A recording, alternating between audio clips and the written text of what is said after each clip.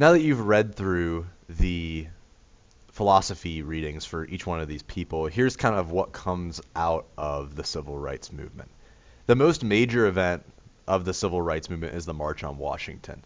It was organized by Martin Luther King Jr. and his followers, the SCLC, and it was organized to be a completely nonviolent protest. They didn't want anyone in the media to report on the incident as a riot or something dangerous. They wanted to look like regular people that just wanted rights. And it's a fascinating story of basically bussing in literally 250,000 people to the Lincoln Memorial in Washington, D.C., and then bussing them all out the same exact night because they didn't want any kind of protest between white and black or any kind of things going on that would make the movement look bad. This is where Martin Luther King Jr. gives the I Have a Dream speech, which is where he said that basically he no longer wanted a society where blacks are judged based on the color of their skin instead judged off the color or the content of their character. And this was during a period of extremely high violence. Just before this, John F. Kennedy was assassinated, and there was also many issues with extreme racism, such as a bomb being thrown in Birmingham that killed 4 young African American girls in an African American church, someone protesting this movement and people trying to be equal. Lyndon B. Johnson, who was the successor after John F. Kennedy was assassinated, signed this act because Kennedy was a heavy believer in the Civil Rights Movement, which was the Civil Rights Act of 1964. It prohibited discrimination of race, religion, national origin, and gender by the government or anyone. So it's the first major victory of the Civil Rights Movement. The second major victory was the Voting Rights Act of 1965. This was following the Freedom Summer, all those protests that occurred. And it was also following the Selma campaign, which was organized by the SNCC or SNCC, where a guy, he was named Jimmy Lee Jackson, he was one of the protesters, he was shot and killed, and it brought a lot more attention to the issue. Martin Luther King Jr. organized this march from Selma to Montgomery, Alabama. There were 600 of them, and they went into Selma or Montgomery, and they were basically kind of beat up by the police. There was tear gas being thrown. It was all reported by the news. And after this happened, people even more supported African American rights.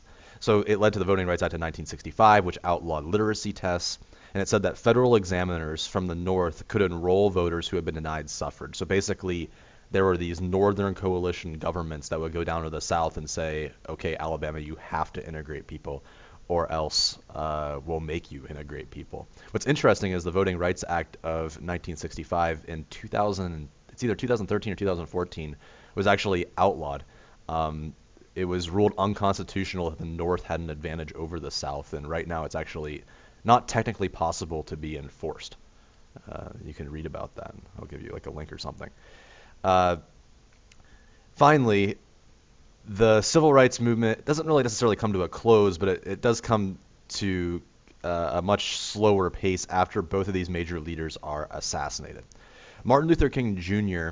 was assassinated by James Earl Ray. He was a white racist.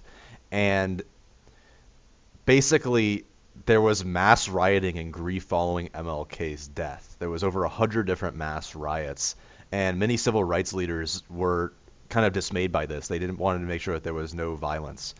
And over 300,000 people actually end up attending his funeral.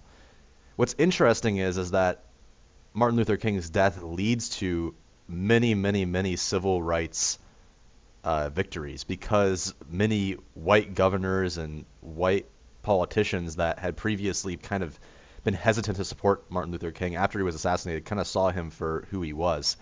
And the government quickly began to give all of the demands that Martin Luther King asked for, especially for unions and workers' rights that he was protesting for. They helped them. Malcolm X was also assassinated. There's many theories as to why. What's important to understand about Malcolm X is that even though he believed in armed self-defense, part of the Nation of Islam and Islam as a whole, as you've learned about before, is they had to make a pilgrimage to Mecca. And Malcolm X makes this pilgrimage, and he comes back basically a changed man. He no longer believes in armed self-defense. He thought that, basically Martin Luther King Jr. was right. He said that nonviolence is the theory. And the prevailing theory behind why Malcolm X was assassinated is that members of his own organization killed him because Malcolm X was no longer supporting what they believed, and they thought that he was a weak leader and no longer supporting their cause. So, don't worry about that.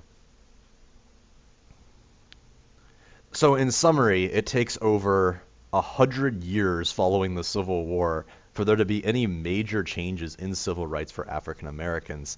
And what's very interesting to note is that the civil rights movement obviously still occurs today, and it was only 50 years ago that all of these events are occurring.